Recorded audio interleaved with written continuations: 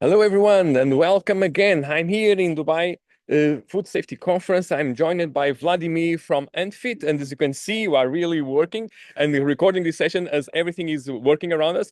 So hopefully we have no discussion between during our talk. I asked Vladimir to come here to share a little bit about his talk, and Vladimir joined the Unfit team to talk about how to practically analyze all the transport steps in HACCP, TACCP, and VACCP. Vladimir, thank you so much for joining me. Well, this is an amazing topic because we forget a lot about transportation when we do our HACCP and TACCP and VACCP analysis. But my first question will be, how come that industry arrived at a situation that transport is not detailed, analyzed in HACCP, TACCP, and VACCP?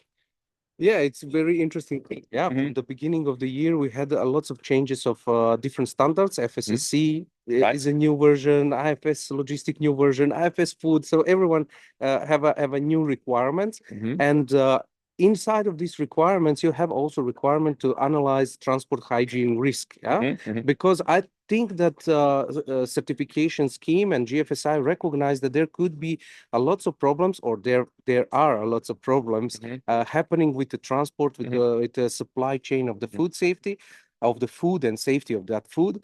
And yeah, they ask you that you do this transport hygiene risk analysis. But in reality, we already had that as a requirement in Codex Alimentarius in HACCP, where Codex said in the part of HACCP saying you have to do detailed flowchart, diagram, and in that you have to think about also all outsourced activities or external services.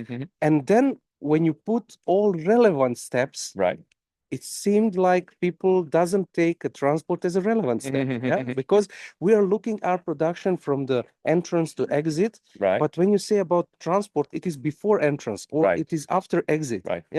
So then transport is only put it in a flow diagrams. If people would check it right now in their own flow diagrams, transport is like storage, step, transport. Only that step, Yes. And how they analyze it as a step of transport, mainly saying, yeah, we don't have their risk because it's eternal. We have some contract, and this is dealt with the contract. But in reality, transport is not only one step.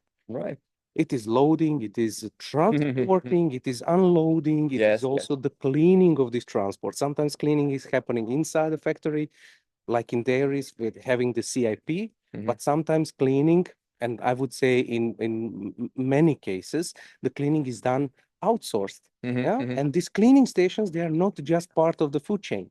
Because they are not handling the product. They are not considered as a food business operator. So coming back to the HACCP, TACCP, VACCP, how many of these companies, and from the beginning of the year, we have done more than 50 of these transport hygiene risk analyses together with Unfit.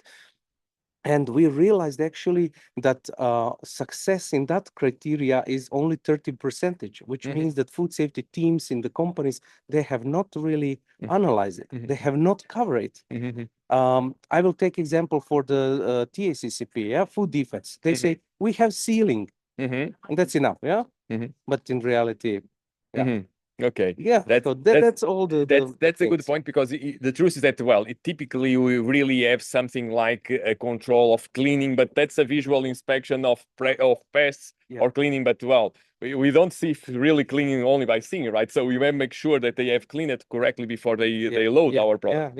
Okay, amazing.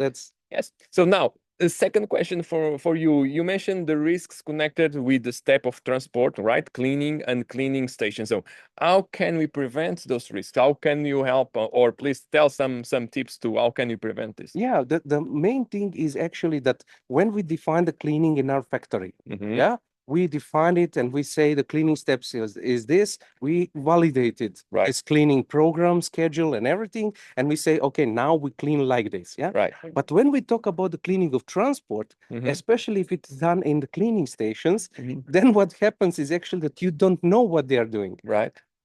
And in many cases, no, when we talked with people, Mhm. they say we never went to a cleaning station. Sure, They sure. don't know how the cleaning I station never look like. ever. I also so I know. I raised my hands also. 3 years ago, when I started working with MFIT, Mhm. I have been doing auditing for 15 years. Yeah. Mhm. And 3 years ago, I joined MFIT and we went to a cleaning station and I was shocked, like completely new industry. Right, Yeah. right, right. Makes sense. And this cleaning station have Mhm. also a lots of risk. Yeah. Mhm. Mhm.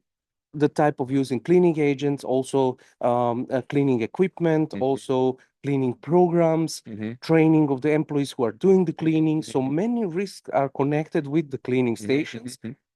The biggest risk is actually, I will tell you that there are 650 cleaning stations only in Europe. Yeah. Okay, that's And all impressive. of these cleaning stations are working according to their own Of course, experience and yes. their own programs. Mhm. And these programs, of course, they are not validated. Right. And that's why we have lots of problems there.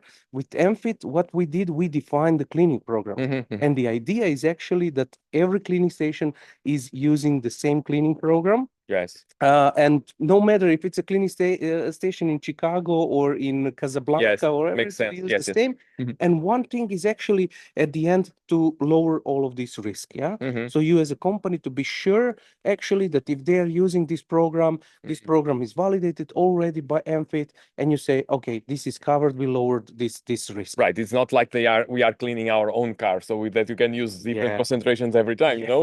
Yes, Okay. definitely. Yeah. And yeah, you're Yes. not going to put some food on the Right, of of your own course. car. So my last question, because we have to take advantage of the conference. It's already, well, we are near to start day 3. So Vladimir, tell me, is the sealing the final solution for preventing of the fraudulent activities and intentional contamination? We already talked a little bit about that, Yeah. but maybe you can Yeah. talk more. Yes, I mentioned the sealing because in many cases companies will say, "Oh, we ask for the sealing of the transport, Mhm. yeah, during the transport so that the transport is protected." Mhm. And what they do, they seal it after loading to protect the load inside. Yeah, Right. then that's okay. Good idea, everything done. But Mhm. in reality, they don't do the sealing from the cleaning station to the loading point, which means that Right. this transport unit is open for any kind of contamination, yeah, Mhm. intentional, for example. Mhm. And then what it happens is actually that it arrives. There are control procedures like visual. Right. You look inside, yeah, nobody's checking maybe the hoses or some Of course, connectors, especially the hoses, and yes. then you load it, and then you seal it. And what you sealed actually already contaminated product. Right. And So you you are telling protected that it. it should be sealed since the cleaning Yes, station, also from the cleaning station and to the then you loading open the point. seals and Yes, yeah. well, You confirm that it was not. okay. Additional problem is actually with the sealing. Mhm. Everyone is saying we are sealing, we are sealing. Mhm. On unloading, they are controlling. Mhm. But in reality, what is happening is actually that they don't put the seals in a very nice way Mhm. so that everything can be open. Right. I know someone asked me about the statistics in this, Mhm. and the statistic is actually 100 transporting unit, 100 was bad. Mhm. Badly sealed. So this is a statistic. You don't Right. need any graph because nobody is doing it in a proper way. Right. So they don't seal it correctly, and when they don't seal it correctly, you can open it without ruining the seal. Yeah, this opens a potential place for Mhm. taking the product out or doing some contamination or Mhm. doing some fraudulent activities. Mhm. I will just shortly connect about this fraud. Fraud, for example, when we look at it, we always connect it with the product. Yeah, Right. as someone intention to change the product in order to have economical gain. But we don't think about fraudulent activities. Right. For example, cleaning. Mhm. Now logistics wants to change the prices, yeah, to lower the prices. And they ask from a transporter, lower the price. How Mhm. transporter do it? He goes for a cleaning and he said, instead of 30 minutes, please wash it 10 minutes. Right. And then this washing costs like 100 euros. And for them, this is saving, they lower the cost, but Right. actually they're making a big problem.